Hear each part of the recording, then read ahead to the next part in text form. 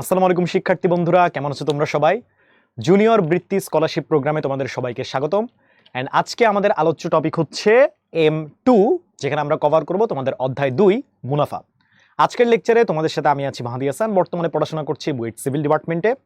তো আজকের লেকচারে আমরা তোমাদের চ্যাপ্টার 2 এর উপরে তোমাদের যে 3 ফরম্যাটের প্রশ্ন আসে, MCQ, CQ এবং SAQ, এইখানে কি কি ধরনের প্রশ্ন বিভিন্ন টাইপ ভেদে আসতে পারে সেটা নিয়ে একটু কম্বাইন্ড আলোচনা করব। পাশাপাশি এগুলো সলভ করার জন্য কি কি বিষয় এবং কি কি সতর্কতা আমাদের অবলম্বন করতে হবে সেটাও আমরা একটু ওভারভিউ করব। আর এটার জন্য যে যে থিওরি লাগে সেটাও আমরা একটু ছোটখাটোভাবে দেখার চেষ্টা করব।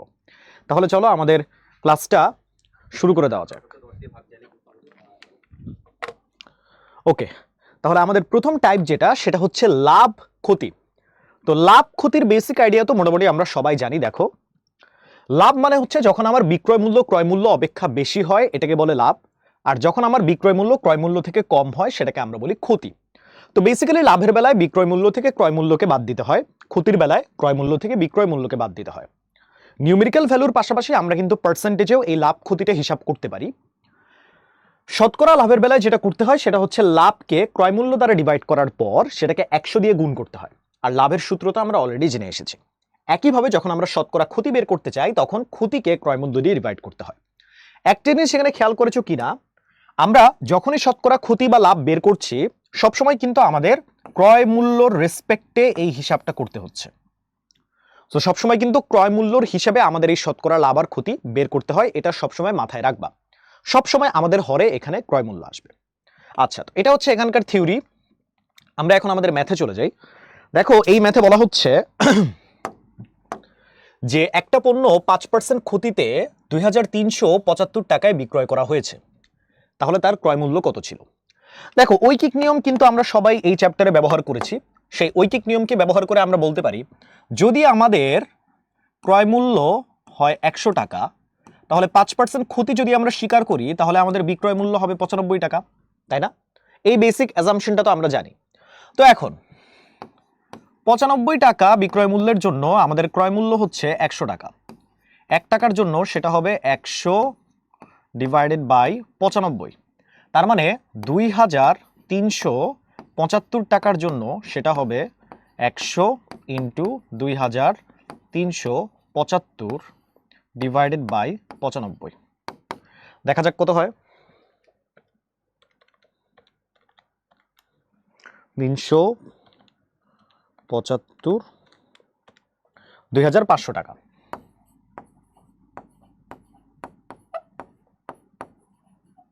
তার মানে আমাদের এখানে অ্যান্সার কত? আমাদের এখানে অ্যান্সার হচ্ছে অপশন নাম্বার ডি, 2500 টাকা। ওকে, আশা করি বোঝা গেল। এবার চলো যাই আমরা আমাদের পরের ম্যাথে। দেখো, এখানে বলা হচ্ছে টাকায় টাকায় 2টি দরে ক্রয় করে 3টা দরে বিক্রয় করা হয়েছে, এতে আমাদের শতকরা লাভ বা ক্ষতি কত হবে? দেখো, 1 টাকায় যদি আমরা 2টা ক্রয় করি, 1 টাকায় যদি আমরা 2টা ক্রয় করি তাহলে এখানে প্রতিটার যে মূল্য সেটা কত হবে? হাফ।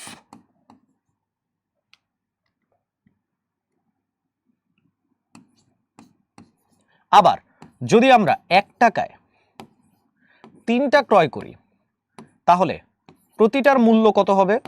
সরি, 3টা যদি বিক্রয় করি প্রতিটার মূল্য হবে 1/3 টাকা। তাহলে এখানে আমাদের প্রতিটা পণ্যের জন্য ক্রয় মূল্য হচ্ছে 1/2 টাকা, প্রতিটা পণ্যের জন্য বিক্রয় মূল্য হচ্ছে 1/3 টাকা। এখন যদি আমরা এখানে আমাদের লাভ বা ক্ষতি বের করতে যাই, এখানে কিন্তু আমরা দেখেই বুঝতে পারতেছি যে হাফ অবশ্যই কিন্তু আমাদের 1/3 থেকে বড়, তার মানে ক্রয় মূল্য এখানে বেশি, অর্থাৎ এখানে আমাদের ক্ষতি হচ্ছে। তো তার মানে এখন যদি আমরা এখানে ক্ষতি বের করতে চাই, ক্ষতির মান কত হবে? ক্ষতির মান হবে 1/2, 1/3। অবশ্যই ক্রয় মূল্য রেসপেক্টে বের করতে হবে, তাই 1/2 ইন্টু 100। এবং এটা যখন আমরা ক্যালকুলেট করব দেখবা আমাদের অ্যান্সার চলে আসবে 33 1/3% ক্ষতি। তা আমাদের অ্যান্সার হচ্ছে অপশন নাম্বার এ। ওকে, আশা করি বুঝে গিয়েছে। এইবার যাওয়া যাক আমাদের পরের ম্যাথে। দেখো, এখানে বলা হচ্ছে যে একজন ব্যক্তি হালি 32 টাকা দরে ক্রয় করে হালি 40 টাকা দরে বিক্রয় করলে শতকরা লাভ কত হবে? আমরা আমাদের যে নর্মাল ফর্মুলা শিখেছি সেটা দিয়েই কিন্তু সহজে এই ম্যাথটা সলভ করে ফেলতে পারি। দেখো, আমাদের ক্রয় মূল্য হলো 32 টাকা, আমাদের বিক্রয় মূল্য হলো 40 টাকা। বিক্রয় মূল্য ক্রয় মূল্যের থেকে বেশি, তার মানে অবভিয়াসলি এখানে লাভ হচ্ছে। তাহলে এখানে যদি আমরা শতকরা লাভ বের করতে চাই, তাহলে বিক্রয় মূল্য মাইনাস ক্রয় মূল্য ডিভাইডেড বাই ক্রয় মূল্য ইনটু 100। তাহলে কত পাচ্ছি আমরা দেখি। এখানে অ্যান্সার চলে আসবে 25%। 25% কি? 25% লাভ। সো অপশন নাম্বার সি হচ্ছে আমাদের এখানে কারেক্ট অ্যান্সার। ঠিক আছে, এটা গেল। এবার আমরা চলে আসি আমাদের ক্রিয়েটিভের ভিতরে। দেখো, এখানে বলা হচ্ছে একটা ঘড়ি বিক্রয় করে উৎপাদনকারী 25% লাভ করতেছে, পাইকারি বিক্রেতা 20% আর খুচরা বিক্রেতা এখানে 15% লাভ করতেছে। ঘড়িটির যে খুচরা বিক্রয় মূল্য সেটা ডিফল্ট কিন্তু 690 টাকা। এখন আমাকে বলা হচ্ছে যে ঘড়িটার যে পাইকারি বিক্রেতা তার ক্রয় মূল্য কত। এখানে যে সিকোয়েন্সটা এটা আমাদেরকে আগে বুঝতে হবে। প্রথমে উৎপাদনকারীর কাছে জিনিসটা উৎপাদিত হয়েছে, তারপর সেটাকে পাইকারি বিক্রেতা কিনেছে, পাইকারির বিক্রেতার কাছ থেকে আমাদের খুচরা বিক্রেতা কিনেছে, তার কাছ থেকে পরবর্তীতে এটা আমাদের যে কনজিউমার বা ক্রেতা তাদের হাতে গিয়েছে।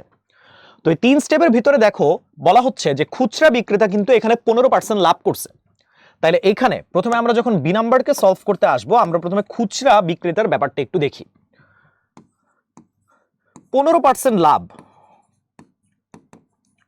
এটা বলতে আসলে বোঝাচ্ছে যদি আমাদের ক্রয় মূল্য হয় 100 টাকা, তার মানে আমাদের বিক্রয় মূল্য হবে 115 টাকা। তো এইবার আমরা খুচরা বিক্রেতার হিসাবে আসি। খুচরা বিক্রেতার বিক্রয় মূল্যটা দেওয়া আছে, আমাকে আগে তার ক্রয় মূল্যটা বের করতে হবে। আমরা ঐকিক নিয়মকে ব্যবহার করব। 115 টাকা যদি তার বিক্রয় মূল্য হয়, তবে তার ক্রয় মূল্য হবে 100 টাকা। যদি 1 টাকা তার বিক্রয় মূল্য হয়, তার ক্রয় মূল্য হবে 100 বাই 115 টাকা।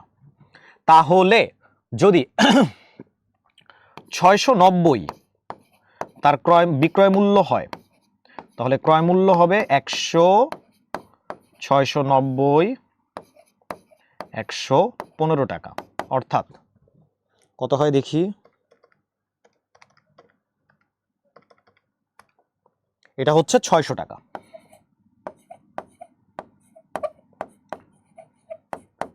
তো দেখো, আমরা কিন্তু এখানে আমাদের খুচরা বিক্রেতার যে ক্রয় মূল্য সেটা ইজিলি বের করে ফেললাম। এইবার আমাদের যেতে হবে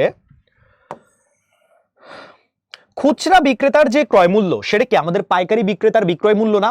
কারণ যেহেতু পাইকারি বিক্রেতার কাছ থেকে খুচরা বিক্রেতা ক্রয় করেছিল, তার মানে খুচরা বিক্রেতা যেই দাম দিয়ে ক্রয় করেছে অবশ্যই পাইকারি বিক্রেতা ওই দাম দিয়ে বিক্রয় করেছে। তার মানে পাইকারি বিক্রেতার যে বিক্রয় মূল্য সেটা হচ্ছে আমাদের 600 টাকা। এখন প্রশ্নে এটাও আমাদের উদ্দীপকে এটাও বলা আছে যে আমাদের পাইকারি বিক্রেতা কিন্তু 20% লাভ করতেছে। তাহলে 20% লাভ এর ক্ষেত্রে 20% লাভ করলে যদি আমাদের ক্রয় মূল্য 100 টাকা হয়, বিক্রয় মূল্য হবে 120 টাকা। সুতরাং এখন যদি আমরা পাইকারি বিক্রেতার কেসটা বিবেচনা করি, তাহলে তার 120 টাকা বিক্রয় মূল্যের জন্য ক্রয় মূল্য পাওয়া যাচ্ছে 100 টাকা। 1 টাকার জন্য ঐকিক নিয়ম 100 বাই 120 টাকা। সুতরাং 600 টাকা বিক্রয় মূল্যের জন্য 100 ইন্টু 600 ডিভাইডেড বাই 120 টাকা। পেয়ে যাচ্ছি আমরা কত?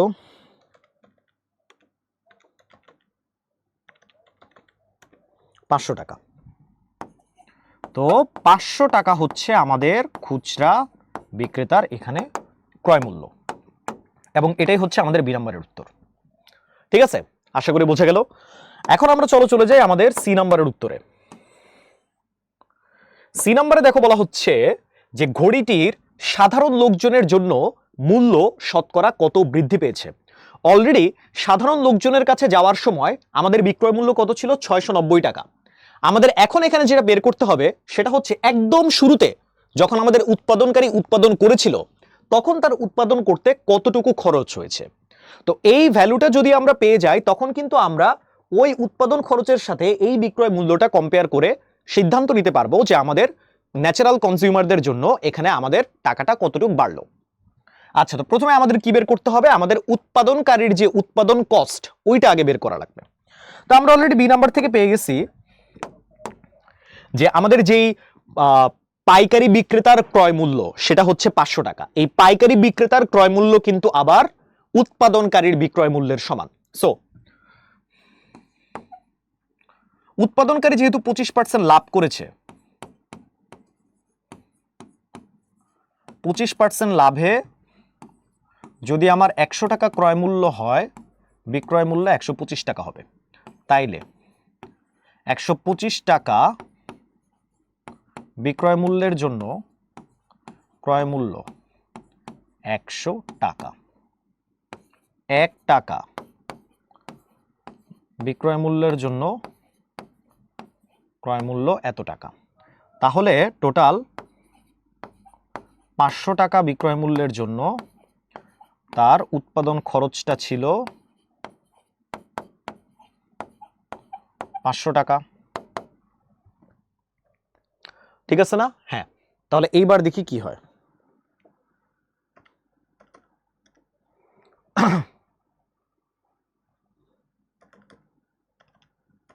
পাঁচশো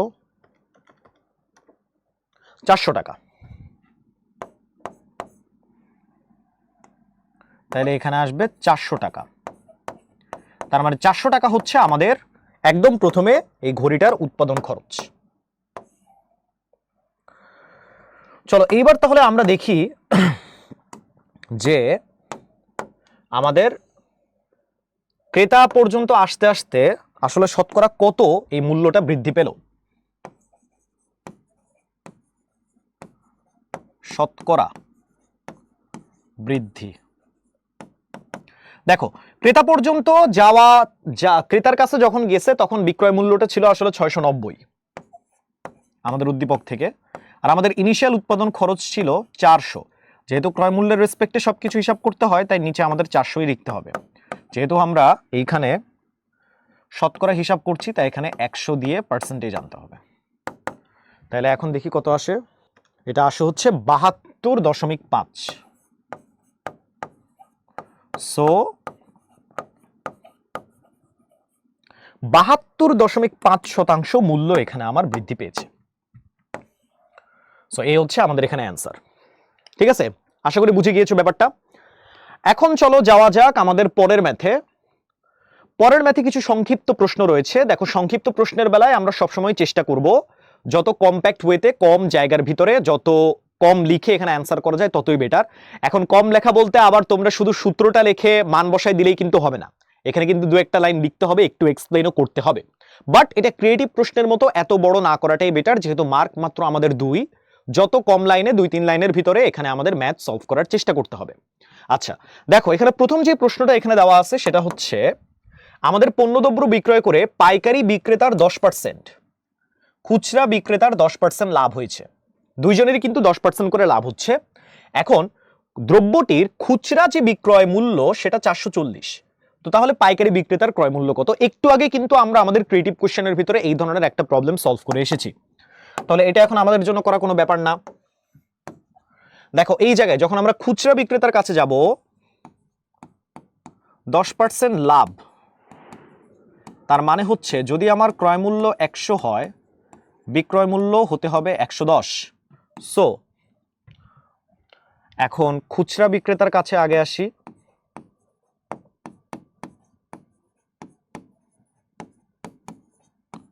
তো তার কাছে যদি আসি তাহলে 110 টাকা বিক্রয় মূল্যের জন্য তার ক্রয় মূল্য কত? তার ক্রয় মূল্য 100 টাকা। 1 টাকা বিক্রয় মূল্যের জন্য 100/110 টাকা। আর যদি আমরা 440-এ চলে আসি, সেটার জন্য 100 ইন্টু 440 ডিভাইডেড বাই 110 টাকা। তাহলে আমরা পাবো কত? এখানে 4, সো 400 টাকা। দেখো আমরা কিন্তু আমাদের খুচরা বিক্রেতার যে ক্রয় মূল্য সেটা বের করে ফেলেছি। খুচরা বিক্রেতার ক্রয় মূল্য কিন্তু আবার পাইকারি বিক্রেতার বিক্রয় মূল্যের সমান। তো সেখান থেকেও কিন্তু আমরা আমাদের ক্যালকুলেশনটাকে আগায় নিয়ে যেতে পারি।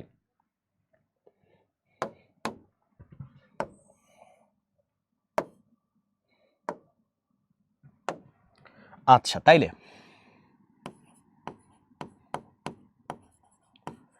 পাইকারি বিক্রেতার বেলাতেও 10% লাভ করা হচ্ছে। সো যখন আমাদের 100 টাকা ক্রয় মূল্য তখন আমাদের বিক্রয় মূল্য হচ্ছে 110 টাকা। সো এখন যদি আমরা আসি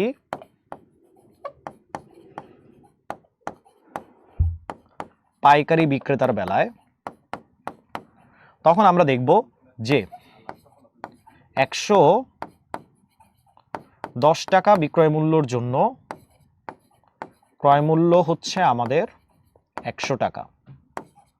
1 টাকা বিক্রয় মূল্যের জন্য 100/110 টাকা। তার মানে এইবার 400 টাকা বিক্রয় মূল্যের জন্য 100 × 400 / 110 টাকা। দেখি আমাদের ক্রয় মূল্য কত আসে।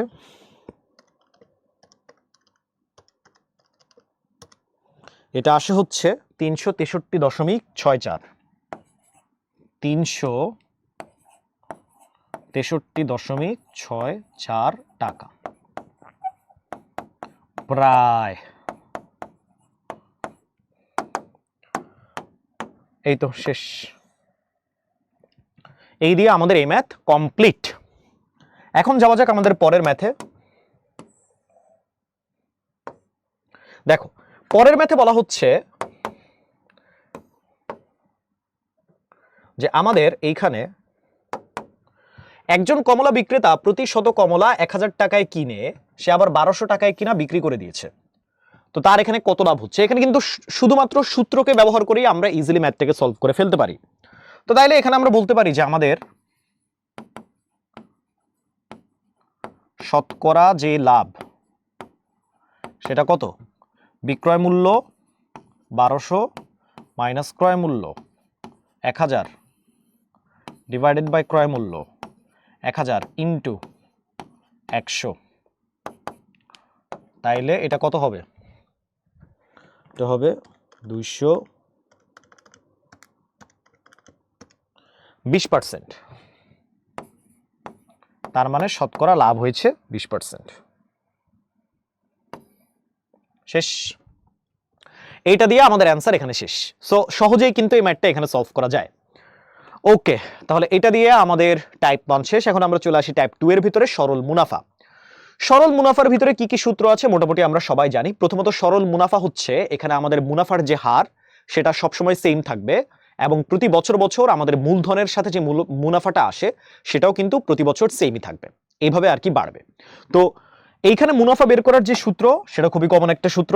সূত্রটা হচ্ছে I = PRN এবং আশা করি সবাই আমরা জানি যে এখানে প্রত্যেকটা টার্ম আসলে কি বোঝাচ্ছে। I হলো আমাদের মুনাফা, P হলো মূলধন, R হচ্ছে মুনাফার হার এবং N হচ্ছে আমাদের এখানে বছর বা সময়। আর আরেকটা জিনিস আমাদের একটু মনে রাখতে হবে, সেটা হচ্ছে মুনাফা আসল, মানে জাস্ট আমরা যে মুনাফাটা পাচ্ছি তার সাথে যদি আমরা আসলটাকে যোগ করে দেই তাহলে যে জিনিসটা আমরা পাই সেটা হচ্ছে মুনাফা আসল। মুনাফা আসলকে A দিয়ে প্রকাশ করা হয় এবং এটার সূত্র হচ্ছে P × P কমন নিয়ে ব্র্যাকেটে 1 + RN, শুধুমাত্র একটা এক্সট্রা P এখানে যোগ করা হয়েছে আর কিছুই না। এটাকে অনেক সময় সববৃদ্ধি মূলধনও বলা হয়ে থাকে। এই টার্মগুলোকে এখানে ইন্ট্রোডিউস করার উদ্দেশ্য হচ্ছে পরীক্ষায় কিন্তু সবসময় তোমাকে আসল মুনাফা আসল না বলে কিন্তু অনেক সময় এটাও বলতে পারে যে হ্যাঁ সববৃদ্ধি মূলধন হচ্ছে এত টাকা। সেই ক্ষেত্রে তোমরা যাতে কনফিউজ না হয়ে যাও এই জন্য এই টার্মগুলোও কিন্তু আমাদের একটু মনে রাখাটা উচিত। ঠিক আছে, তাহলে চলো এবার যাওয়া যাক আমাদের ম্যাথে। তো মোটামুটি আমরা যে দুইটা ফর্মুলা শিখেছি ওই দুইটা ম্যাথ দিয়েই কিন্তু সরল মুনাফার যে কোনো প্রবলেম সলভ করা যায়। যেমন দেখো এইখানে বলা হচ্ছে যে শতকরা বার্ষিক কত মুনাফায় 4000 টাকার 4 বছরের মুনাফা 2400 টাকা হবে। এখানে যদি আমরা একটু খেয়াল করি এখানে এই 4000 টাকাটা হচ্ছে আমাদের মূলধন বা পি, 4 বছর হচ্ছে এখানে আমাদের এন বা সময়, 2400 টাকা হচ্ছে আমাদের মুনাফা বা আই। তাহলে আমরা অলরেডি জানি যে I = PRN, আমাদের বের করতে হবে কিন্তু আর এর মান। সো এখন যদি আমরা মানগুলোকে বসিয়ে দেই 2400, 4000 r/100, যেহেতু 100 শতকরাতে এক্সপ্রেস করতে হবে আমাদের, আর এদিকে হলো বছর 4। তাহলে আর এর মান কত? 2400 ইন্টু 100 ডিভাইডেড বাই 4000 ইন্টু 4। চলো ক্যালকুলেশন করা যাক। 4000 ইন্টু 4, তাইলে 15। তার মানে এখানে আমাদের মুনাফার যে হার সেটা হলো 15%। তা আমাদের এখানে সঠিক উত্তর কোনটা? সঠিক উত্তর হচ্ছে অপশন নাম্বার বি, 15% হচ্ছে আমাদের এখানে সঠিক উত্তর। আচ্ছা, এরপর যাওয়া যাক। দেখো এই প্রশ্নে একটু খেয়াল করো। এই প্রশ্নে বলা হচ্ছে যে কোনো আসল 5 বছরে মুনাফা আসলে যদি দ্বিগুণ হয়ে যায় তাহলে মুনাফার হার কত? তো আসলে আমাদের ইনিশিয়ালি যেটা ছিল 5 বছর পর যখন আমরা মুনাফা আসলটা ক্যালকুলেট করেছি সেটা আমাদের ইনিশিয়াল আসলের থেকে পরিমাণে দ্বিগুণ হয়ে গিয়েছে। তো এখন আমাদের মুনাফার হারটা বের করতে হবে, বা সিম্পলি আর এর মানটা এখানে বের করতে হবে। তো মুনাফা আসলের একটা ফর্মুলা কিন্তু আমরা জানি, সেটা হচ্ছে P1 প্লাস RN, এবং প্রশ্ন মতে এটা হচ্ছে আমাদের অরিজিনাল আসলের দ্বিগুণ। এবার দেখো দুই সাইড থেকে কিন্তু আমাদের P কাটা যায়, তাহলে এখানে থাকলো 1 প্লাস R/100, N এর মান হলো 5। আচ্ছা, এখানে হচ্ছে বাংলায় লিখতে ভুলে গেছি, দাঁড়াও। 1 প্লাস R/100, এখানে 5, এখানে 2। তাইলে এবার কত হলো? R/20 equal to 1। তার মানে আর এর মান হলো 20%। সো এখানে আমাদের অ্যান্সার কত হবে? এখানে আমাদের অ্যান্সার হচ্ছে 20%। এইভাবে কিন্তু সুন্দরভাবে তোমরা সমীকরণ তৈরি করে খুব সহজে আমাদের অজানা রাশির মান বের করে ফেলা যায়। আচ্ছা, এইবার দেখো এখানে একটা উদ্দীপক দেওয়া আছে। উদ্দীপকের ভিতরে বলা হচ্ছে যে মিজান 8% মুনাফায় 10,000 টাকা ঋণ নিয়ে এক্স বছর পর 12,400 টাকা পরিশোধ করলো। এখানে খেয়াল করে দেখলে এটা হলো আমাদের মূলধন পি, এটা আমাদের বছর এন, এইটা হচ্ছে আমাদের মুনাফা আসল বা এ, আর এই জিনিসটা হচ্ছে আর। সবই দেওয়া আছে। এখন আমাকে প্রথমে বলেছে যে তার মুনাফাটা আগে বের করো। মুনাফা তো বের করে এখানে সোজা দেখেই বোঝা যাচ্ছে, কারণ আমাদের মুনাফা আসল ছিল 12,400, মূলধন ছিল 10,000। আমি যদি সিম্পলি এখানে মাইনাস করে দেই, এখানে চলে আসে 2,400। তো 2,400ই কিন্তু আমাদের দিন শেষে মুনাফা, তাই না? পানিভাত প্রশ্ন একদম। তার মানে এখানে অ্যান্সার হচ্ছে অপশন নাম্বার এ, 2,400 হচ্ছে আমাদের এখানে মুনাফা। এরপর একই উদ্দীপককে কেন্দ্র করে এখন আমাদের যেটা বের করতে হবে সেটা হচ্ছে এক্স এর মানটা বের করো। এখন আমাদের একটু ক্যালকুলেশন করা লাগবে। দেখো মুনাফা আসলের আমাদের মান দেওয়া ছিল বা সূত্রটা ছিল 1 plus R N equal to, এর মান কত ছিল? 12,400। এখন যদি আমরা একটু দেখি, এখানে পি এর মান ছিল 10,000, 1 যোগ আর কত ছিল? 8, 8/100, বছর আমরা জানি না, সেটা এক্স ইকুয়াল টু 12,400। তো তাইলে এইবার 1 প্লাস কত, এখানে 2 দিয়ে, আচ্ছা 4 দিয়ে যদি কাটি তাহলে এখানে 2, এখানে 25, x equal to 12,400 divided by 10,000, 31/25, 31/25। তাহলে এখানে আমরা পাচ্ছি 2/25x, 1কে যদি ওই পাশে নিয়ে যাই তাহলে আসে 6/25, 6/25, 25 এখানে কাটা গেল, তার মানে x এর মান চলে আসে 6/2 অর্থাৎ 3%। সো 3% হচ্ছে আমাদের এখানে অ্যান্সার। 3% না, সরি 3 বছর, এটা সময়, সরি এখানে অ্যান্সার হচ্ছে 3 বছর। সো অপশন নাম্বার বি হচ্ছে আমাদের এখানে কারেক্ট অ্যান্সার। ওকে, এইভাবে ক্যালকুলেট করে সহজে আমাদের কিন্তু মান বের করে ফেলা যায়। এরপর আমরা চলে আসি এই টপিকের কিছু সিকিউ বা সৃজনশীল প্রশ্নে। দেখো প্রথম সৃজনশীল প্রশ্নের উদ্দীপকটা যদি আমরা একটু খেয়াল করি তাহলে এখানে কি বলা আছে? এখানে বলা হচ্ছে যে আমিন সাহেব তার ব্যবসায়িক প্রয়োজনে 8% হারে 8% হারে পি টাকা, 9% হারে কিউ টাকা ঋণ নিয়েছেন এবং তিনি মোট ৬০,০০০ টাকা ঋণ নেওয়ার পর মুনাফা শোধ করেছেন ৫,০৪০ টাকা। ঠিক আছে, তাহলে দেখো এখান থেকে আমরা আসলে কি বুঝতে পারি, এই যে পি টাকা আর কিউ টাকা এর যে তিনি দুইটা আলাদা হারে মুনাফাটা যে নিয়েছেন, পি আর কিউ দুইটাই কিন্তু মূলধন, তার মানে কি দুইটা মূলধন যোগ করলে আমরা ৬০,০০০ টাকা পাবো। আবার ৮%, ৯% যে দুইটা ডিফারেন্ট মুনাফার হার আমরা দেখতে পাচ্ছি বছর শেষে, মানে কত বছর, তিনি মোট বছর শেষে যখন তিনি ৫,০৪০ টাকা মুনাফা দিয়েছেন, এটা কি এই দুইটা আলাদা মুনাফার যোগফলের সমান হবে না? আচ্ছা, তো সবকিছু যদি বোঝা হইলো, তা আমরা আগে চলো বি নাম্বারটা সলভ করে ফেলি, যেহেতু বি নাম্বার নিয়ে আমরা যাবতীয় কথাবার্তা বলে ফেলছি। বি নাম্বারে প্রথমে বলা হচ্ছে পি আর কিউ এর মান নির্ণয় করো। আচ্ছা, তো প্রথম যেই কথাটা আমরা বললাম, পি আর কিউ কে যোগ করলে পাওয়া যায় ৬০,০০০ টাকা। আবার সরল মুনাফার সূত্র অনুযায়ী যেহেতু ১ বছর, তাহলে এখানে হচ্ছে ৮/১০০ প্লাস কিউ ৯/১০০, এটা হচ্ছে আমাদের ৫,০৪০ টাকার সমান। ১০০ দিয়ে গুণ করলে এখানে আসে হচ্ছে ৮p প্লাস ৯q, ৫,০৪০ এরপর 00। এটাকে আমরা বললাম ধরো সমীকরণ নাম্বার ১, এটাকে ধরো আমি বললাম সমীকরণ নাম্বার ২। এখন আমরা যেটা করব, আমরা হচ্ছে সমীকরণ নাম্বার ১কে ৯ দিয়ে গুণ করব এবং সেখান থেকে সমীকরণ নাম্বার ২টাকে একটু বিয়োগ করব।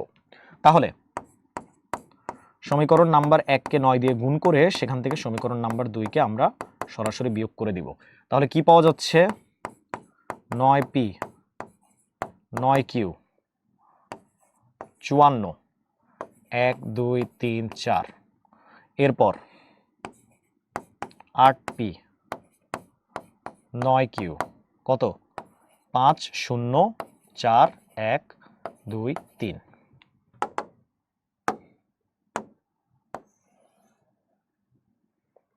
যেহেতু বিয়োগ করব, মাইনাস মাইনাস মাইনাস 9q আর 9q কাটা যাচ্ছে, আমরা পাচ্ছি এখানে পি এর মান হচ্ছে এখানে কত, ৩৬,০০০ টাকা।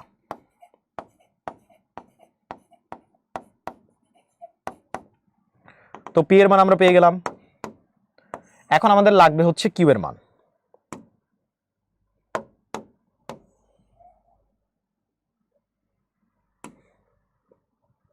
তো এখন পি এর মানটা নিয়ে এসে যদি আমরা ১ নম্বর সমীকরণে বসাই,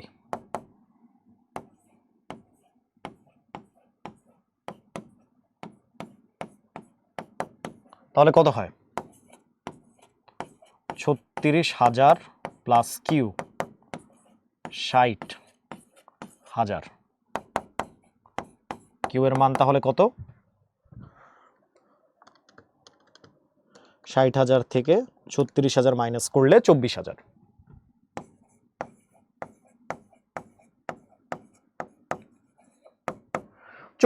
টাকা হচ্ছে এখানে আমাদের কিউ এর মান। ঠিক আছে, তা আমাদের কিন্তু পি আর কিউ এর মান এখানে নির্ণয় করা হয়ে গেল। এইভাবে আর কি আমাদের মানগুলোকে নির্ণয় করতে হবে। তো আমরা এ নাম্বারকে স্কিপ করে গিয়েছিলাম, আমরা এখন এ নাম্বারটা একটু সলভ করে আসি ঝটপট। দেখো এই জায়গাতে বলা হচ্ছে যে ৮% মুনাফায় ৮,০০০ টাকার ৩ বছরের মুনাফা কত। খুবই ইজি, এখানে এইটা হচ্ছে আমার আর, এইটা হচ্ছে আমার পি, এইটা হচ্ছে আমার এন। তো তার মানে এখান থেকে আমরা বলতে পারি যে মুনাফা, কিছু বলা না থাকলে ধরে নিবা এটা হচ্ছে আমাদের সরল মুনাফা। মুনাফা আই হচ্ছে পি আর এন, অর্থাৎ ৮,০০০ into ৮ into ১ divided by ১০০ into ৩, তাহলে কত হইল,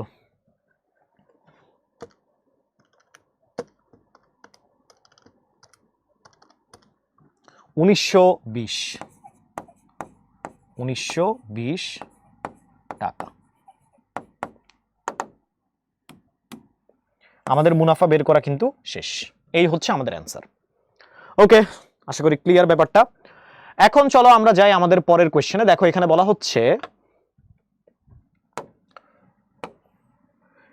হচ্ছে যে কোনো আসল 6 বছরে মুনাফা আসলে টোটাল 16,280 টাকা, আর 8 বছরে মুনাফা আসলে টোটাল 18,080 টাকা হয়েছে। তো এখন আমাদের আসল আর মুনাফার হারটা এখানে নির্ণয় করতে হবে। তো চলো এটা সলভ করি আমরা। প্রথমে আমরা আমাদের উদ্দীপক থেকে যে সমীকরণগুলো আসতেছে সেগুলো একটু দেখি। যেমন এই জায়গাতে 6 বছরের কেসটা যদি আমরা একটু দেখি, তাহলে এখানে লেখা যায় P1 প্লাস 6 আর সেটা একবার করে লিখি P1 প্লাস 6R বাই 100। যেহেতু 1 বছর তাই এখানে পাওয়ারের আর কিছু করা লাগবে না।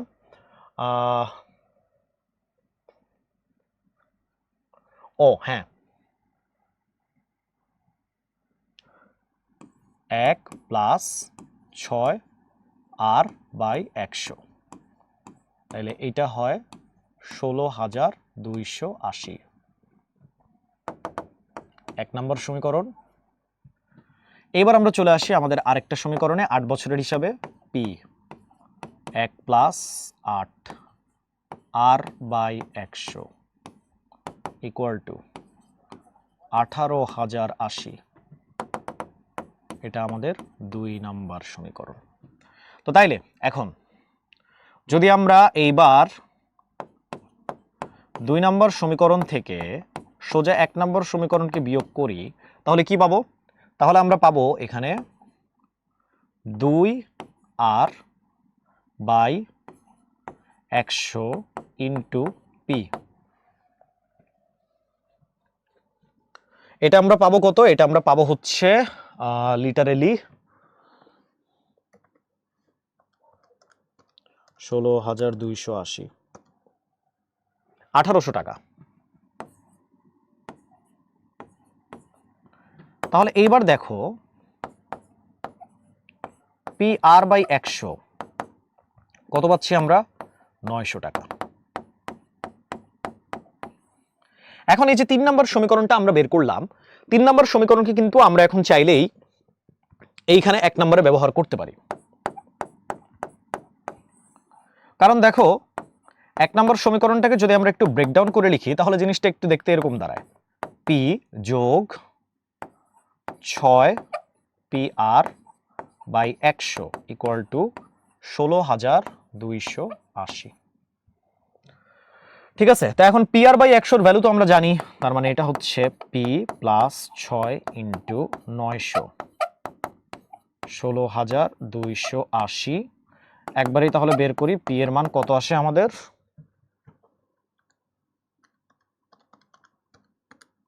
6 ইন্টু 900, 10,880, 10,880 টাকা।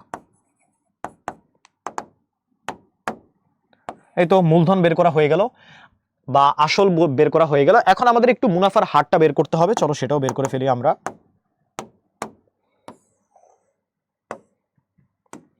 দেখো মুনাফার হারের ক্ষেত্রে এখন যদি আমরা এই P এর মানটাকে সোজা 3 নম্বর সমীকরণে বসায় দিয়ে আমরা কিন্তু পেয়ে যাচ্ছি। তো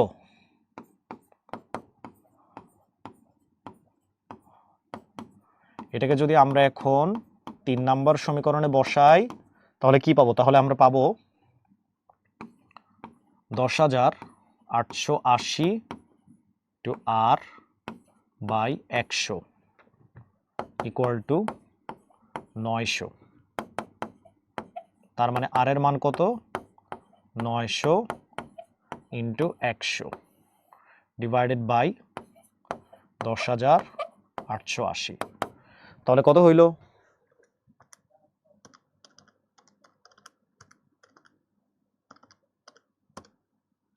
এখানে আসলো 836 বাই 137 বাই 136%। এইটা হচ্ছে আমাদের মুনাফার হার। সেই তো আমাদের অ্যান্সার এখানে বের করা শেষ। আশা করি ম্যাথটা বুঝতে পেরেছো। আচ্ছা, তাহলে এবার পরের ম্যাথে যাওয়া যাক। কিছু সংক্ষিপ্ত প্রশ্ন রয়েছে। দেখো এখানে বলা হয়েছে বার্ষিক শতকরা মুনাফা আমাদের কত হলে, বার্ষিক শতকরা মুনাফা কত হলে 10,000 টাকার 8 বছরের মুনাফা আসলে টোটাল 18,000 টাকা হবে। ঠিক আছে, এটা তো ইজি একটা ম্যাথ। দেখো এখানে আমরা কি লিখতে পারি, মুনাফা আসল হচ্ছে টোটাল আমাদের 18,000 টাকা। আর আমরা যদি এখানে ফর্মুলাকে ব্যবহার করতে যাই, পি এর মান হচ্ছে আমাদের 10,000 টাকা, আর এখানে 1 যোগ 8 আর বাই 100।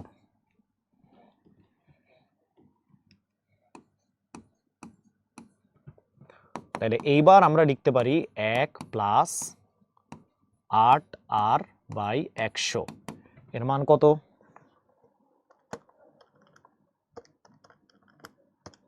9/5, 9/5, 8 আর বাই 100, এটার ভ্যালু তাইলে দাঁড়াইলো আমাদের 4/5। সুতরাং আর এর মান হচ্ছে 4/5 ইন্টু 100/8, অর্থাৎ 4/5 100/8, 10% হচ্ছে আমাদের এই জায়গাতে মুনাফার হার। তাই তো আমাদের অ্যান্সার হয়ে গেল। আচ্ছা, এখন বার্ষিক মুনাফা দেখো 2 নম্বর প্রশ্নে আসি। 2 নম্বর প্রশ্নে বলা হচ্ছে বার্ষিক মুনাফা 6% থেকে বেড়ে 12% হয়ে যাওয়ার কারণে ফাহাদের আয় টোটাল 8 বছরে 1080 টাকা বেড়ে গিয়েছে। তো তাহলে তার মূলধন কত ছিল? দেখো যখন আমরা আয়ের কথা বলতেছি, তার মানে এখানে আসলে বোঝাচ্ছে যে 6% হওয়ার কারণে ফাহাদের মুনাফা সহ যে মূলধন মানে মুনাফা আসল সেটা যত ছিল, 12% হওয়ার কারণে 8 বছরে সেই জিনিসটা 1080 টাকা বেড়ে গেছে। তো এখন এখানে আমাদের মূলধন কত ছিল সেটা বের করতে হবে। এটা আসলে বের করা খুব ইজি, যদি তোমরা প্রশ্নটা প্রথমে ধরতে পারো তাহলে এই ম্যাথ আসলে সলভ করা কোনো ব্যাপারই না। তো চলো আমরা এই ম্যাথটা সলভ করা শুরু করি। এই জায়গায় প্রথমে আমরা 12%-এর ব্যাপারটা একটু দেখি। ধরে নিলাম মূলধন হচ্ছে এখানে আমাদের পি, তাইলে মুনাফা আসলের সূত্র অনুযায়ী 12, এখানে কত 8 বছর না, 12 ইন্টু 8 100 থেকে 6%-এর মুনাফা আসল যদি আমরা মাইনাস করি,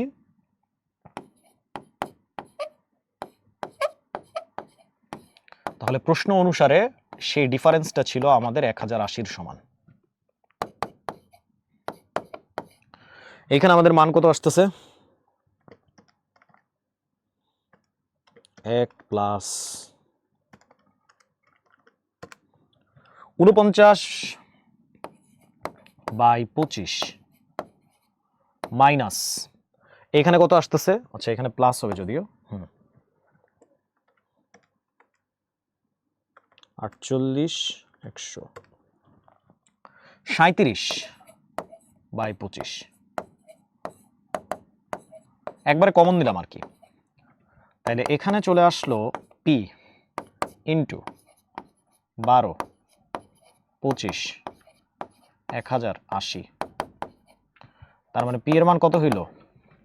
পি এর মান হইল 1080 25 ডিভাইডেড বাই 12, 2250 টাকা।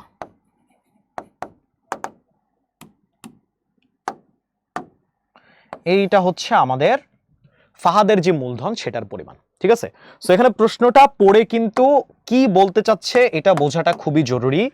যদি এটা বুঝতে পারো তাহলে ম্যাথ প্রপারলি সলভ করতে পারবা, কারণ আসলে জিনিসটা ধরে ফেললে সূত্র দিয়ে ম্যাথ করা কোনো ব্যাপার না। আর যদি সমীকরণটাই ঠিক মতো তৈরি করতে না পারো বা সিনারিওটাই যদি শুরুতে না ধরতে পারো তাহলে কিন্তু আসলে ম্যাথ তোমাদের ভুল হবে, কারণ ম্যাথটা তুমি প্রপারলি স্টার্টই করতে পারবে না তখন।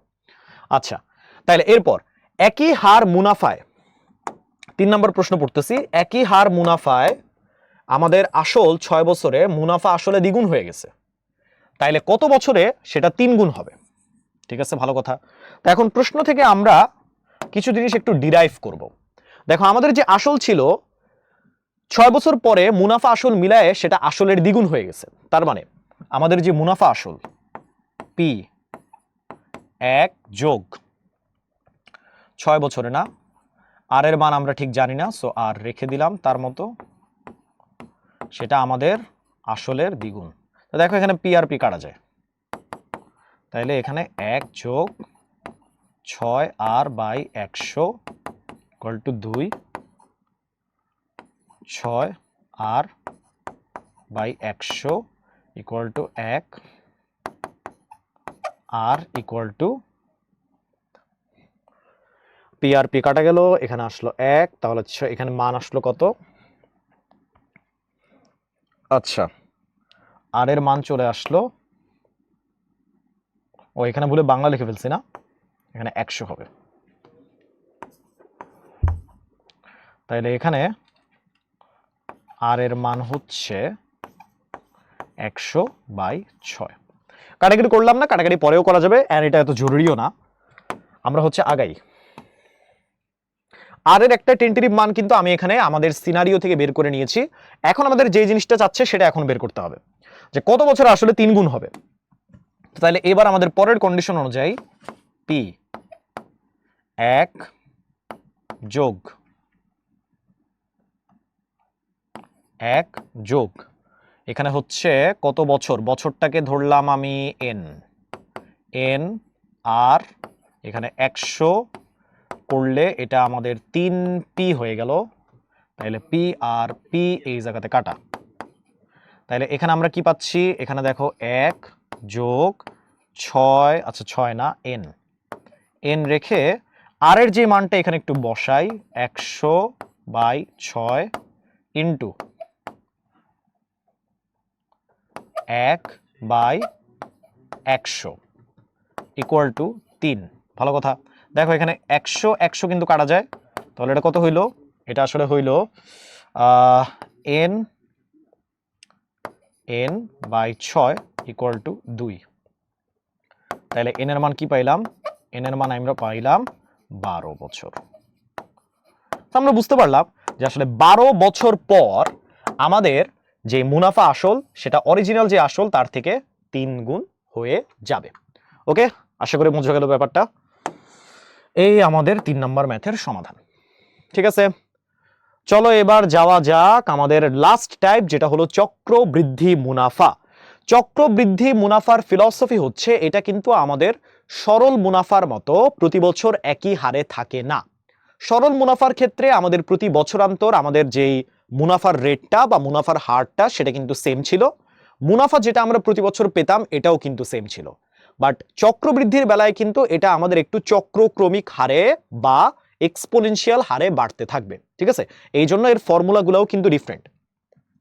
যেমন দেখো মেইন যে ফর্মুলাটা চক্রবৃদ্ধি মূলধন সেটা হচ্ছে P plus P into 1 plus R to the power N. আর হচ্ছে আমাদের এখানে মুনাফার হার, এন হচ্ছে আমাদের এখানে বছর বা সময়, পি হচ্ছে আমাদের এইখানে যে ইনিশিয়াল আসল বা মূলধন সেইটা, আর সি হচ্ছে আমাদের এখানে চক্রবৃদ্ধি মূলধন। কিন্তু শুধু যদি আমরা এখানে আমাদের চক্রবৃদ্ধি মুনাফাটা বের করতে চাই তাহলে কি করতে হবে, চক্রবৃদ্ধি মূলধনটা থেকে সিম্পলি আমাদের অরিজিনাল যে মূলধন বা আসল সেটাকে মাইনাস করতে হবে, তাহলেই হয়ে যাবে।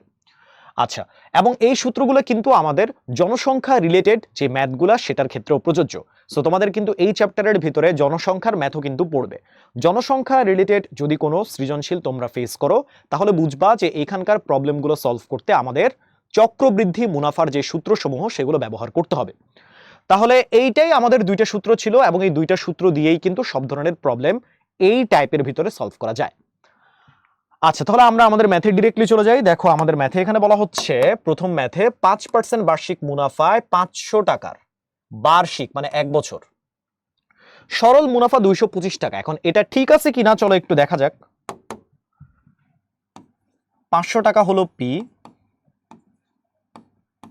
5% হলো আমাদের আর, 1 কাটা গেলে 5, তার মানে 25 টাকা। তো সরল মুনাফার সূত্র ব্যবহার করে আমরা দেখতে পাচ্ছি যে সরল মুনাফা কিন্তু আসলে আসে 25 টাকা, কিন্তু এখানে কিন্তু লেখা 225 টাকা, তার মানে এটা বাদ। এখন কিন্তু আমি এখানে তাকেই বলে দিতে পারি যে আমাদের যেই বাকি দুইটা অপশন সেটা কিন্তু অটোমেটিক্যালি কারেক্ট হবে। কিভাবে? কারণ উচ্চতর দক্ষতামূলক প্রশ্নে দেখবা যে আমাদের কাছে যে তিনটা অপশন দেওয়া থাকে সেগুলোকে কিন্তু মিক্স করে আমাদের চারটা অপশন দেওয়া হয়, সেখান থেকে আমাদের সঠিক উত্তরটা বাছাই করতে হয়। কিন্তু এই তিনটা অপশন অ্যানালাইজ করার সময় যদি আমরা শুরুতেই কোনো একটা অপশনকে ভুল দেখে ফেলি বা ভুল প্রমাণিত করতে পারি, তাহলে কিন্তু আমরা সহজেই বুঝে ফেলতে পারি যে আমাদের পরের যে দুইটা অপশন আছে সেটা অটোমেটিক্যালি ঠিক হবে। তখন কিন্তু আর কষ্ট করে সময় নষ্ট করে ওই দুইটা অপশনকে আবার অ্যানালাইজ করার কোনো দরকার নাই। সো এখানে যেহেতু আমরা দেখতেছি আমাদের প্রথম অপশনটাই ভুল, তার মানে আমরা এখানে সিদ্ধান্ত নিতে পারি যে আমাদের পরের যে দুটো অপশন 2 আর 3 সেটা কারেক্ট হতেই হবে। সো 2 এবং 3 যেহেতু আমাদের এখানে কারেক্ট আনসার, তার মানে এখানে কারেক্ট অপশন হচ্ছে অপশন নাম্বার বি, 2 3। ঠিক আছে, আশা করি বোঝা গেল। সো একটু পরীক্ষার হলে তোমাদের মনোযোগ পরীক্ষার দিকে বেশি রাখতে হবে।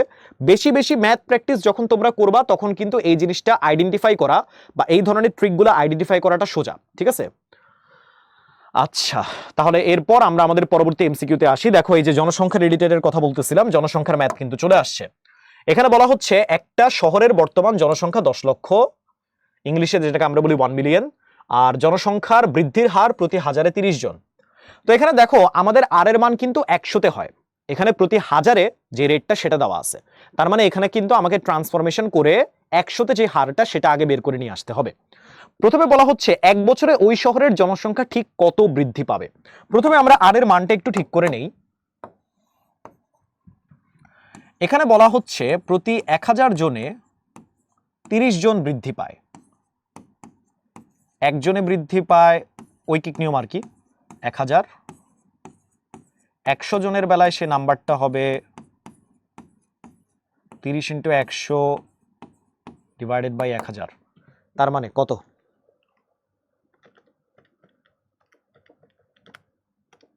3%। সো আমাদের যে আর এর মান সেটা হচ্ছে 3%। যদি আমাদের হাজারে রেট দেওয়া থাকে সেটা কিন্তু অবশ্যই 100-তে নিয়ে আসতে হবে, কারণ চক্রবৃদ্ধি মুনাফার যে সূত্রসমূহ সেখানে কিন্তু আর এর জায়গাতে আমরা 100%-এর ভিতরে সেটাকে প্রকাশ করে থাকি, শতকরায় প্রকাশ করি আর কি। সো এটা ইম্পর্টেন্ট। আচ্ছা এইবার বলা হচ্ছে এক বছরে ওই শহরের জনসংখ্যা কত বৃদ্ধি পাবে।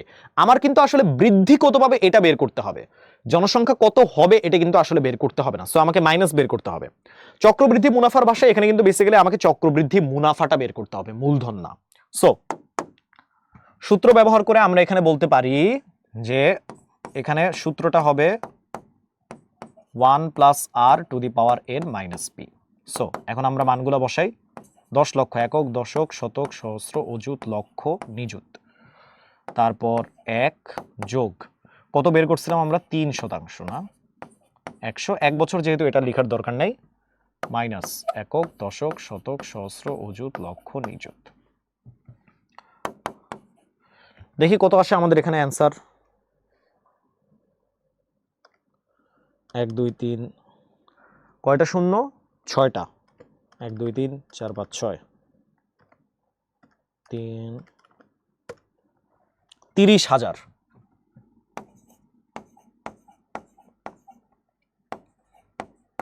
সো আমাদের কিন্তু এখানে জনসংখ্যা বৃদ্ধি পেয়েছে টোটাল 30,000 জন। সো 30,000 জন হচ্ছে আমাদের এখানে অ্যান্সার, যেটা আমাদের অপশন নাম্বার বি। ঠিক আছে, গেল। এরপর আমরা চলে যাই আমাদের পরের প্রশ্নে, যেখানে বলা হচ্ছে একই উদ্দীপক এখন বলতেছে 3 বছরে ওই শহরের জনসংখ্যা আমাদের কত হবে। 3 বছরে আমাদের ওইখানে জনসংখ্যা কত হবে। তাহলে এখানে জাস্ট সিম্পলি আমাদের চক্রবৃদ্ধি যে মূলধন সেটা কিন্তু বের করলেই হচ্ছে। আমাদের এখানে সূত্রটা হবে p 1 + r⁻n।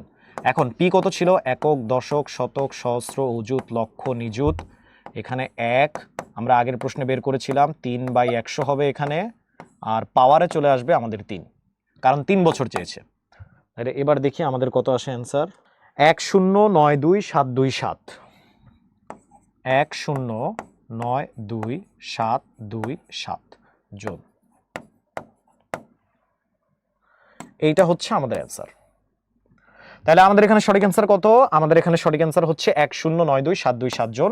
Option number D হচ্ছে আমাদের এখানে কারেক্ট অ্যান্সার। ঠিক আছে, এখানে দেখো আমাদের বি, সি আর ডি নাম্বার অপশনে কিন্তু প্রথম 5টা ডিজিটই মিলে গেছে। তোমাদের যদি মাঝে মধ্যে টাইমের প্রবলেম হয়, তোমরা কিন্তু অনেক সময় তাড়াহুড়া করতে গিয়ে পিছনের 2টা ডিজিট ভালো মতো না দেখেই আন্দাজে একটা দাগায় দিয়ে চলে যাবা। এই ভুল কিন্তু করতে যেও না। এখানে কিন্তু প্রশ্ন পড়া অ্যাজ ওয়েল অ্যাজ অপশনগুলোর দিকে তীক্ষ্ণভাবে খেয়াল রাখা খুবই ইম্পর্টেন্ট, ঠিক আছে? তাছাড়া কিন্তু সিলি মিস্টেক হবে, খালি খালি মার খারাপ আর কি। যাওয়া যাক আমাদের পরের ম্যাথে দেখো বলা হচ্ছে যে 900 টাকার 7% মুনাফায় 1 বছরের চক্রবৃদ্ধি মুনাফা আর সরল মুনাফার পার্থক্যটা কত, এটা আমাদের এবার বের করতে হবে। তাইলে 900 টাকার 7% মুনাফায় চক্রবৃদ্ধি মুনাফা আর সরল মুনাফার পার্থক্য কত? আমরা আসলে দেখি চক্রবৃদ্ধি মুনাফা কত হবে। এটা হবে আসলে 900 ইন্টু 1 প্লাস 7/100, যেহেতু পাওয়ার 1 দিলেও যা কথা, না দিলেও তা কথা। 900 এটা আমাদের হচ্ছে চক্রবৃদ্ধি মুনাফা, তার থেকে আমাদের মাইনাস করা লাগবে সরল মুনাফা। 7/100 ইন্টু 1 বছর। তাহলে এখানে আসলে আমরা দেখব এই জায়গাতে আসবে ওই দিন শেষে 900 ইন্টু 7/100। এখানেও কিন্তু আমাদের আগের থেকেই ছিল 900 ইন্টু 7/100। তাহলে আমরা বুঝতেছি অলরেডি যে এখানে কি হবে, দুইটা কাটা যাবে, আমাদের পার্থক্যটা হবে 0। সো আমাদের কারেক্ট আনসার হচ্ছে এখানে 0। সো এখানে কারেক্ট অপশন হচ্ছে অপশন সি 0। ঠিক আছে, শেষ। এইবার আমরা একটা ক্রিয়েটিভে চলে আসি। দেখো জামালউদ্দিন কোনো ব্যাংকে কিছু টাকা জমা রেখে 4 বছর পর 70,000 টাকা পেল। তার মুনাফা হচ্ছে আসলের 2/5 অংশ। তাহলে টোটাল যেই মানি 70,000 টাকা, সেখানে মুনাফা আছে, সেখানে আসল আছে। আসলের 2/5 অংশ হচ্ছে আমাদের মুনাফার সমান। তো আসল যদি, আচ্ছা এখানে প্রথমে বলতেছে যে জামালউদ্দিনের টাকার মুনাফার হার নির্ণয় করো। আসল যদি পি হয়, তার সাথে মুনাফা তাহলে কত হবে? মুনাফা হবে 2/5 পি, সবগুলো মিলায় 70,000। তাহলে এবার কত হইল? 7/5 পি 70,000। পি এর মান কত হইল? 50,000। মূলধন আমরা পেয়ে গেলাম। এখন আমাদের হচ্ছে বছর দেওয়া আছে, আমাদের এবার রেট বের করতে হবে। তো তাইলে এবার আমাদের যে মুনাফা, সেটা তাহলে কত? সেটা হচ্ছে আমাদের 70,000 মাইনাস 50,000। মুনাফার যে সূত্র সেটা কত? পিএনআর। পি এর মান হচ্ছে 50,000, এন এর মান হচ্ছে 4 বছর, 4 না, হ্যাঁ 4 বছর। আর এর মান আমরা জানি না, বের করতে হবে। ইকুয়াল টু, বিয়োগ করে পাচ্ছি 20,000। তাইলে এইবার এখানে পাওয়া যাচ্ছে 4×5। আচ্ছা তাইলে এখান থেকে পাওয়া যাচ্ছে কত? r/25। আর 50,000 থেকে যদি আমি ওই পাশে নিয়ে যাই তাহলে 2/5। তাহলে এটা কাটা গেলে এখানেও একটা 5 চলে আসে। আর এর মান হচ্ছে 10%। সো আমাদের সুদের হার হচ্ছে 10%। এই গেল আমাদের প্রথম প্রশ্ন, বি নাম্বার। এইবার আমরা চলে যাই আমাদের পরের কোয়েশ্চেনে, সি নাম্বার। সি নাম্বারে দেখো আমাদের 2 নাম্বার যে সিনারিও, সেখানে বলা হচ্ছে জিশান নামক একজন ব্যক্তি, সে কি করছে? r% মুনাফায় কিছু টাকা জমা রেখে 2 বছর পর চক্রবৃদ্ধি মুনাফা আর সরল মুনাফার পার্থক্য পাইছে 320 টাকা। এখন এখানে আমাদের প্রশ্নে অলরেডি মেনশন করা যে আর এর মান যদি 8% হয়, তাহলে তার যে জিহানের টাকা সেটা নির্ণয় করো, মানে বেসিক্যালি মূলধনের পরিমাণটা আমাকে নির্ণয় করতে হবে। ভালো ভালো প্রশ্ন। তাহলে এখানে এখন প্রশ্ন মতে আমাদের এখানে যে এই চক্রবৃদ্ধি মুনাফা সেটা কত? চক্রবৃদ্ধি মুনাফা হচ্ছে, ধরো আমি পি ধরে নিলাম, চক্রবৃদ্ধি মুনাফা হচ্ছে 1 প্লাস রেট হচ্ছে 8, সো 8/100 বছর 2 মাইনাস পি। এইটা আমাদের চক্রবৃদ্ধি মুনাফা। সরল মুনাফা কত? P into 8/100 2। পার্থক্য সে কত পেয়েছিল প্রশ্ন মতে, সরি উদ্দীপক মতে? 320। তাহলে এইবার আমরা দেখি সব পিকে যদি আমরা কমন নেই তাহলে এখানে কি পাচ্ছি, এখানে আমরা পাচ্ছি 108 যোগ করে আর কি by 100 square minus 1 minus 16 by 100, সেটা 320 সমান। এবার যদি আমরা একবারে এই বাম পক্ষের সবগুলো সংখ্যাকে নিয়ে ডান পক্ষে বিয়োগ করে দিই ক্যালকুলেটরের মাধ্যমে, আমরা কিন্তু পি এর মানটা এখানে পেয়ে যাব। পি এর মান তাহলে কত আসে একটু দেখি।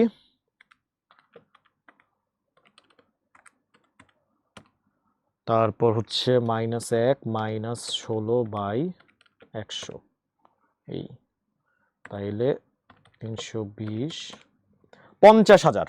পি এর মান এখানে চলে আসতেছে আমাদের 50,000 টাকা। তো খুবই সহজ সহজ ম্যাথ এখানে।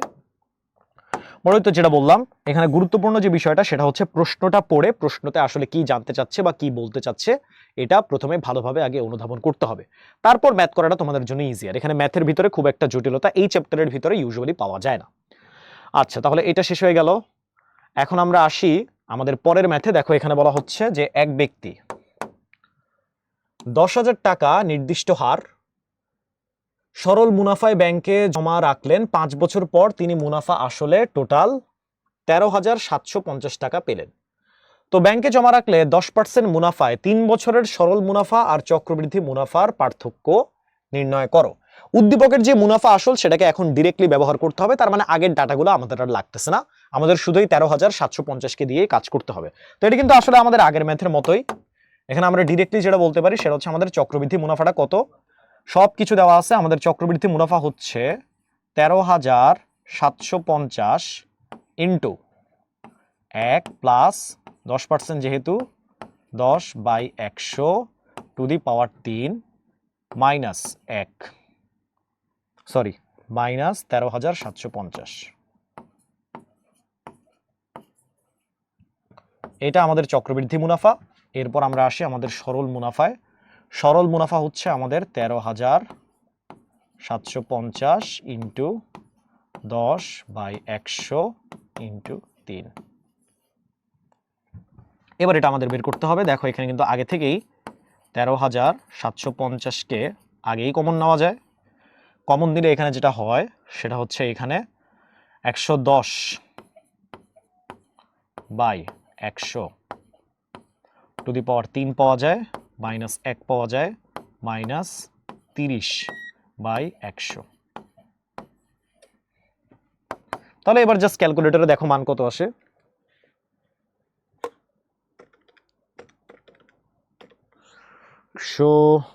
পাওয়ার 3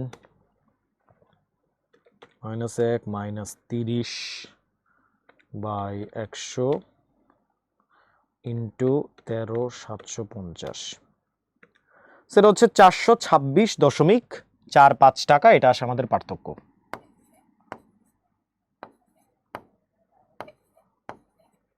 চার পাঁচ না 25, 426.25 টাকা, এটা হচ্ছে আমাদের পার্থক্য।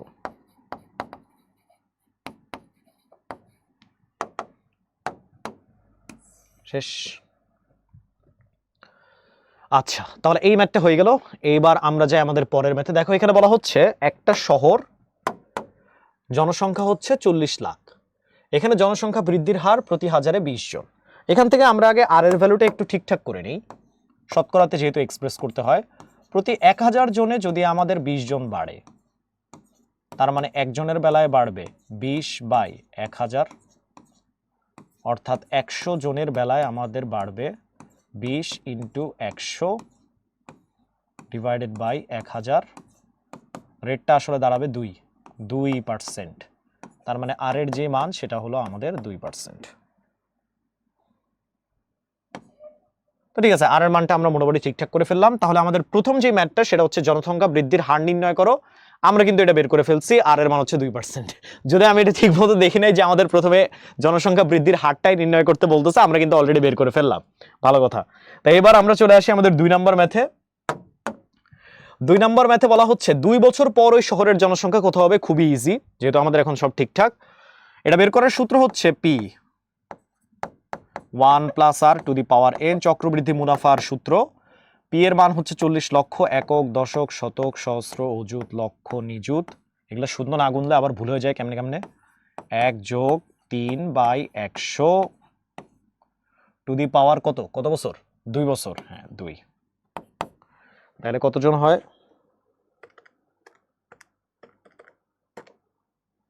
103/100 স্কোয়ার করার পর একক, দশক, শতক, সহস্র, অযুত, লক্ষ, নিযুত।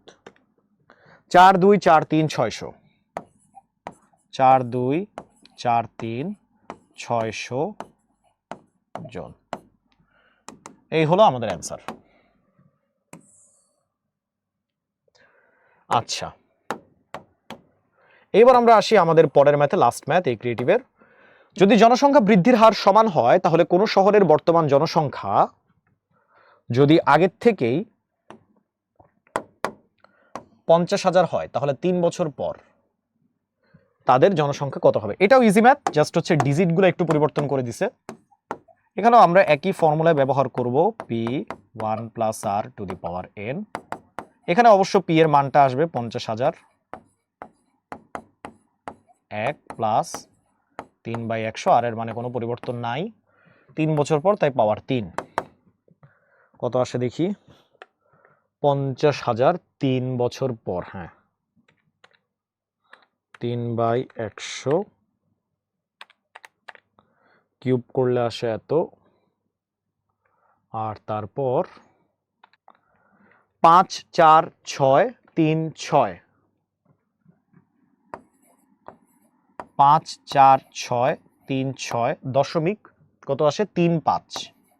এখন দেখো এইসব জায়গাতে তো আসলে ভগ্নাংশ রাখা যায় না, কারণ এটা হচ্ছে আমাদের জনসংখ্যার ম্যাথ। তাই যখনই আমরা এরকম দশমিক পাবো, আমরা ইমিডিয়েটলি তার পরের যে সংখ্যাটা সেটা আমাদের অ্যান্সার হিসেবে লিখব, 5 6 3 7 জন। ঠিক আছে, তো এইটা হচ্ছে আমাদের অ্যান্সার আর কি। ও, আমাদের এর কি 2% ছিল? সরি সরি সরি, এখানে 2% হবে তাইলে। তাই তো বলি একটু অড লাগতেছে, 3 বছর না। আরেকবার একটু ক্যালকুলেট করি তাহলে।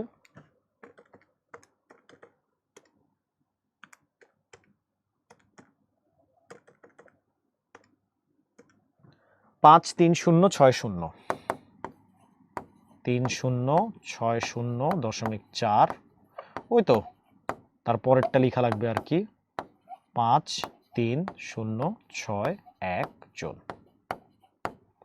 এই হলো অ্যান্সার। আর এখানে মনে একটু ভুল হয়ে গিয়েছে, এখানে হচ্ছে, এখানে হবে 2 যদি হয় তাহলে এখানে একটু সংখ্যার পরিবর্তন হবে। এখানে তাইলে অ্যান্সার হবে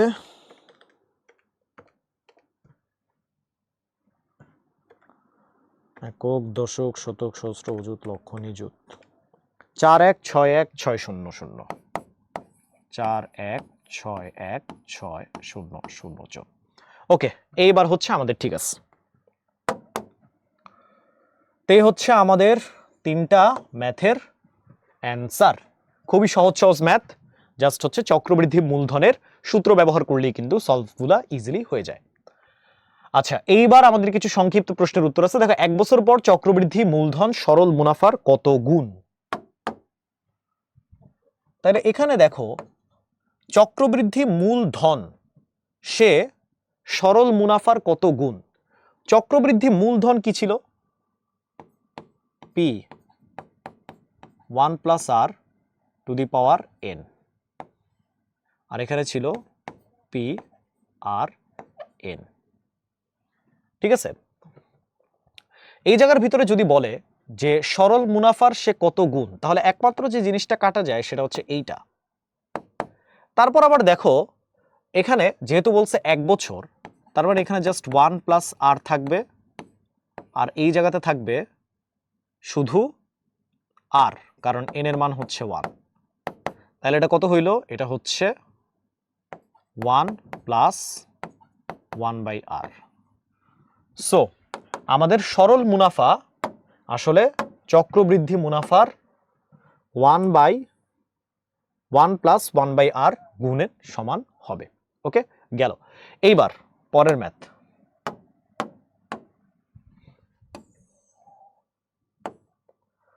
পরের ম্যাথে বলা হচ্ছে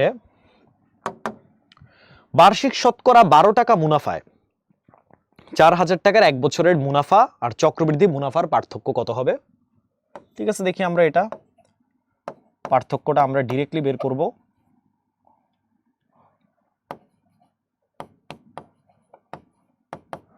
পার্থক্য হবে এখানে 4000 1 প্লাস 12 100 মাইনাস 4000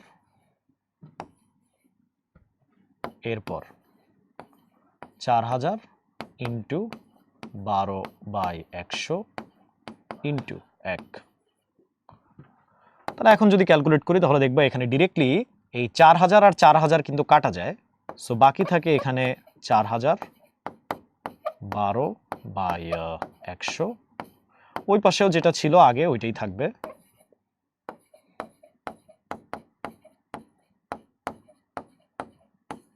এখানে একটা শূন্য কম লিখে ফেলেছি।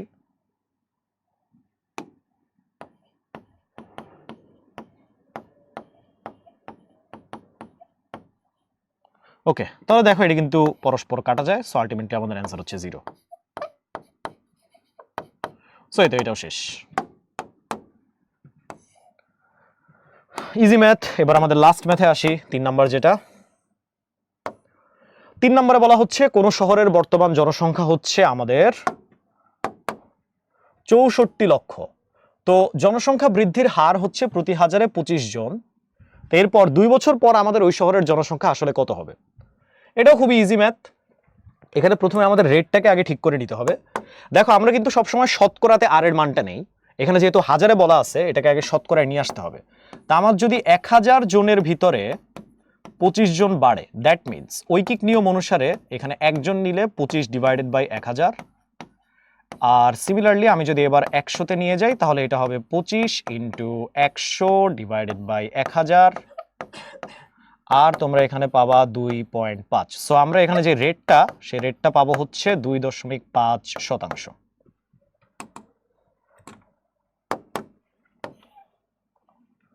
এখন আমাদের হচ্ছে জনসংখ্যাটা নির্ণয় করতে হবে। জনসংখ্যাটা আমরা এখানে কুইকলি নির্ণয় করতে পারবো। জনসংখ্যা কত হবে? জনসংখ্যার সূত্রটা হবে P1 plus R two the power N।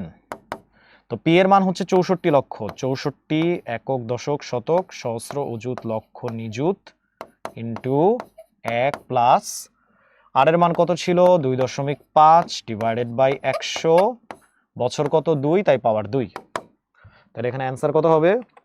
একক দশক শতক সহস্র অযুত লক্ষ নিযুত ইন্টু 1 প্লাস 2.5 ডিভাইডেড বাই 100, ওইদিকে পাওয়ার স্কোয়ার। 6724000 6724000 জন, এটাই আমাদের অ্যান্সার। শেষ। ঠিক আছে, গেল। তো এই হচ্ছে মোটামুটি এখানে যা যা ছিল সবকিছু। উইথ দ্যাট আমাদের আজকের ক্লাস এখানেই শেষ। সো এটাই আমাদের লেকচারের সমাপ্তি। সো আমরা লেকচারে হচ্ছে মোটামুটি তোমাদেরকে একটু ওভারভিউ দেওয়ার চেষ্টা করেছি যে এইখানে তোমাদের যে 3 ক্যাটাগরির প্রশ্ন আসবে সেটা আসলে কিরকম ধাঁচের বা কিরকম ধরনের প্রশ্ন আসবে। তো তোমরা যারা এই কোর্সে অলরেডি ইনরোল হয়ে আছো তোমাদের কাছে কিন্তু অলরেডি একটা ম্যাথ প্রশ্ন ব্যাংক চলে গিয়েছে। সেই ম্যাথ প্রশ্ন ব্যাংকে দেখবা যে এই টাইপের গুলোর ভিতরে লেকচারের দেওয়া ম্যাথগুলোর পাশাপাশি কিন্তু আরো অনেক ডিটেইলে ম্যাথ রয়েছে।